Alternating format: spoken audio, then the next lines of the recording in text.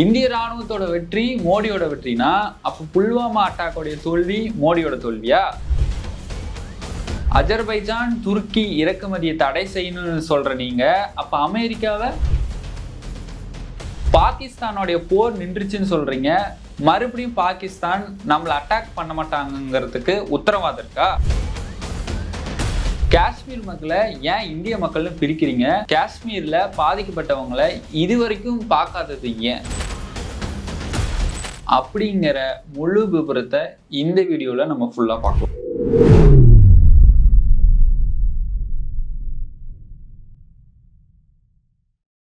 கோபாசை நண்பர்களுக்கு வணக்கம். நான் உங்கள் சின்னா. பாகிஸ்தான் தீவிரவாதிகள் பகல்காம்ல அட்டாக் நடத்தியிருந்தாங்க. அதுக்கு பதிலடியா நம்ம இந்திய ராணுவமும் ஆபரேஷன் சிந்தூர் அப்படிங்கிறத நடத்தினாங்க. இதுக்கு பின்னாடி பிஜேபியோட அரசியல் இருக்குதுன்னு காங்கிரஸ் கட்சி தலைவர்கள் குற்றம் சாட்டியிருக்காங்க. இதை கண்டினியூவா தொடரக்கூடாது, இதை தடை நிறுத்தம் செய்யணும்னு இந்தியா முழுக்க ஜெய்ஹிந்த் பேரணியை நடத்த போறோம்னு காங்கிரஸ் தெரிவிச்சிருக்காங்க. அது மட்டும் இல்லாம அமெரிக்க அதிபர் ட்ரம்ப் எழுப்பக்கூடிய கேள்விகளுக்கும் இந்த அரசாங்கம் பதில் சொல்லணும், அதுக்கும் நாங்க பேரணி நடத்த போறோம் அப்படின்னு காங்கிரஸ் தலைவர்கள் தெரிவிச்சிருக்காங்க. பலர் இத உண்மைன்னு வெளியில சொல்லிக்கிறாங்க. இதோட பின்னணி நிலவரம் என்ன, அதனுடைய அரசியல் பின்புலம் என்னன்னு இந்த வீடியோல நம்ம ஃபுல்லா பார்க்க போறோம். தொடர்ந்து வீடியோவை பாருங்க. பிஜேபி எதிர்கட்சிய இதை ஏன் அரசியலாக்குறங்கன்னு கேள்வி கேட்கிறாங்க.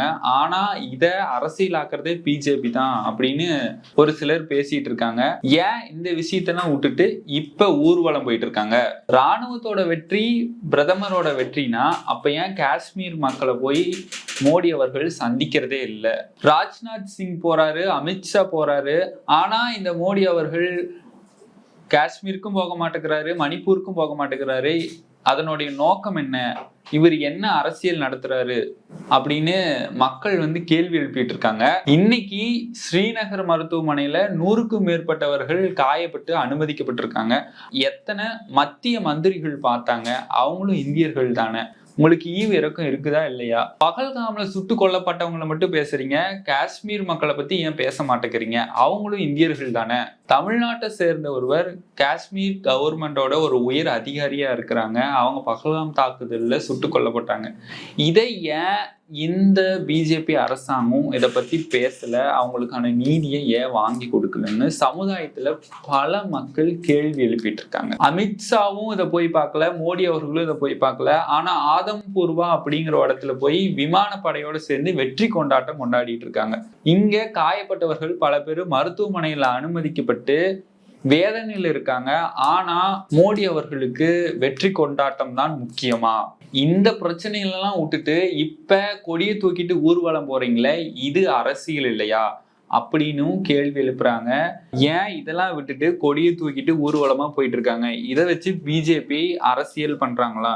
ஏன் அடுத்து வரக்கூடிய தமிழ்நாடு எலெக்ஷன், பீகார் எலெக்ஷன்ல வெற்றி பெறத்துக்கான வழியே இதுல இருந்து தேடுறாங்களா? தீவிரவாதத்தோட முதுகெலும்பா இருக்கிறதே பாகிஸ்தான் தான். அவங்களுக்கு எந்த தடையும் இன்னும் விதிக்கல. ஆனா துருக்கிக்கும் அஜர்பைஜானாவுக்கும் தடை விதிச்சிட்டு இருக்கிறாங்க. அமெரிக்கா தான் பாகிஸ்தானோடைய ராணுவ கட்டமைப்பு எல்லாத்துக்கும் உடந்தையா இருக்கிறாங்கன்னு சொல்லிட்டு இருக்காங்க.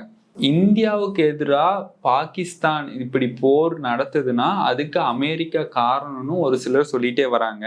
அது மட்டும் இல்லாம எத்தனை ஆயிரம் கோடிகள் பாகிஸ்தானுக்கு நிதியா அமெரிக்கா வழங்கியிருக்கு, இதெல்லாம் உங்களுக்கு தெரியுமா? இந்தியாவுக்கு எதிராக மேலும் மேலும் தீவிரவாதத்தை பாகிஸ்தான் செயல்படுத்திட்டே வராங்க. பின்னாடி ஆதரவா அமெரிக்கா இருக்குதுன்னு ஒரு சிலர் சொல்லிட்டே வராங்க. அது அந்த அமெரிக்கா இன்ஃப்ளூயன்ஸ் குறைஞ்சு இப்ப சைனாவோட இன்ஃப்ளூயன்ஸ் அதிகரிச்சிருக்கு. பயங்கரவாதத்துக்கும் தீவிரவாதத்துக்கும் எதிராக செயல்படுபவர்களுக்கு மத்தியில PMLAன்னு ஒரு சட்டம் இருக்கு.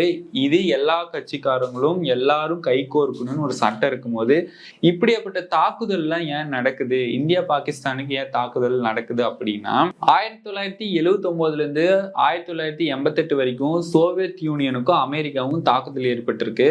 ஆனா இந்த அமெரிக்க அரசாங்கம் என்ன பண்ணிருக்குன்னா பாகிஸ்தானை வச்சே முஜாத் இந்தியன் யூனியனை உருவாக்கி சோவியத் சோவியத் யூனியனுக்கு எதிராக செயல்பட வச்சிருக்காங்க. அதுக்கப்புறம் கடந்த 9 ஆண்டுகளா அப்படி நடந்துட்டே இருக்கு. 9 ஆண்டுகளுக்கு பிறகு சோவியத் யூனியன் வந்து விளங்கிட்டாங்க. இந்த முஜாத் இந்தியன் யூனியன்ல இருக்கக்கூடிய பாகிஸ்தான் தீவிரவாதிகளுக்கு அடுத்து என்ன பண்றது ஏது பண்றதுன்னு வேலை தெரியல. அதனால அப்படியே அவங்க அமெரிக்காவுக்கு எதிராக திரும்புறாங்க. இப்படி திரும்பும் பொழுதுதான் இவங்க 2 பேத்துக்கும் தாக்குதல் வந்து தீவிரமாகுது. இதுல இருந்து என்ன தெரியுது, வளர்த்த கடா மாறுல பாயுதா அப்படின்னு ஒரு சிலர்லாம் குற்றம் சாட்டி இருக்காங்க. இதெல்லாம் அமெரிக்காவுக்கும் பாகிஸ்தானுக்கும் நடந்த ஒரு சில மோதல்கள். இப்ப இந்திய ராணுவத்தால நம்ம பாகிஸ்தானை தாக்கியிருக்கோம் இல்லையா, அப்படி தாக்கும் பொழுது பிஜேபிக்கு மேல ஒரு 10 to 15% மக்களுக்கு நம்பிக்கை வந்திருக்குன்னு ஒரு சிலர் வெளியில பேசிட்டு இருக்காங்க. ஆனா மற்றொரு தரப்பினர் இது நம்பிக்கையெல்லாம் கிடையாது, இது பொய் அப்படின்னு ஒரு சிலர் கருத்துக்களையும் தெரிவிச்சுட்டு வராங்க. இதுல முக்கியமா இந்திய ராணுவ வீரர்களுக்கு கொடுக்கக்கூடிய கிரெடிட்டே கிடையாதுன்னு தான் சொல்லலாம். மோடி அரசாங்கத்துக்கு தான் கிரெடிட் கொடுத்துட்டு இருக்காங்க. எல்லாருமே தியாக போராட்டத்துல ஈடுபட்டது இந்திய ராணுவர்கள் தான்.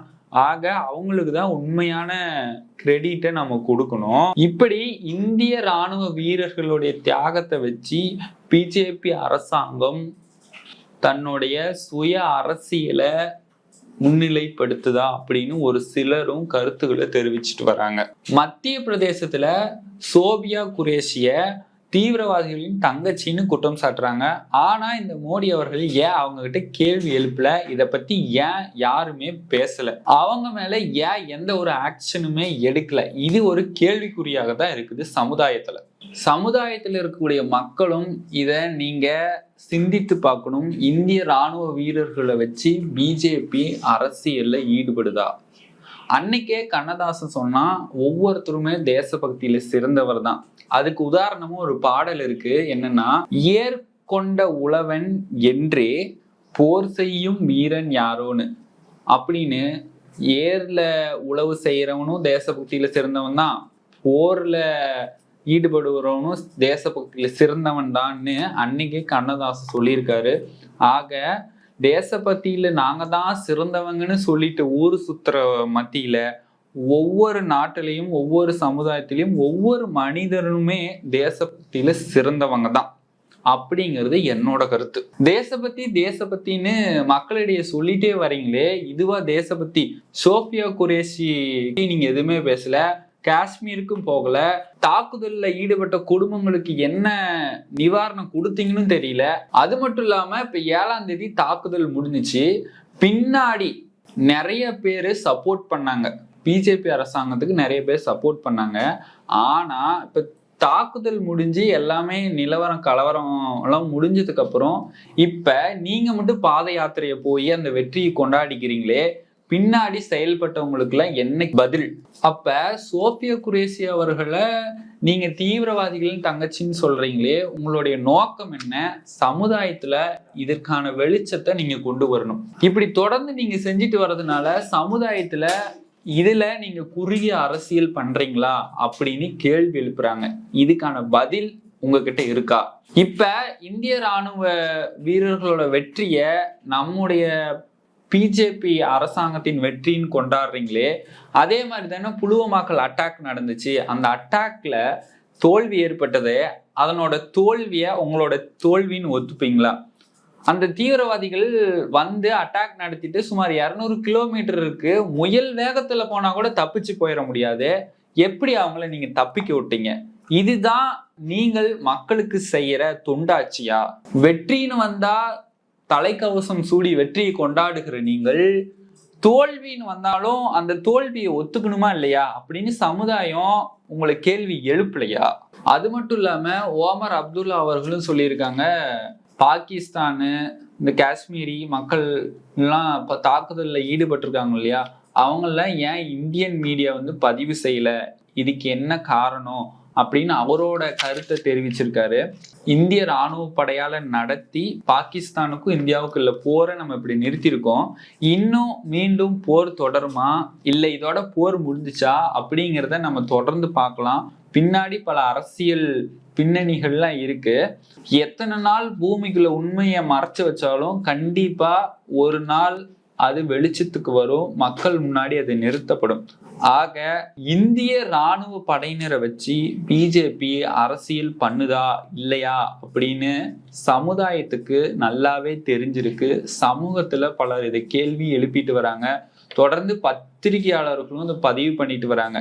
பூமிக்குள்ள எத்தனை நாள் ஒரு பொய் மறைந்திருந்தாலும் நிச்சயமா ஒரு நாள் உண்மை வெளிச்சத்துக்கு வரும்னு சொல்லிட்டு, மறக்காம இதனுடைய கருத்துக்களை கமெண்ட் பாக்ஸ்ல தெரிவிச்சுட்டு நம்ம சேனலை சப்ஸ்கிரைப் பண்ணிக்கோங்க. மீண்டும் அடுத்த அரசியல் நிகழ்வுல நான் உங்களை சந்திக்கிறேன்.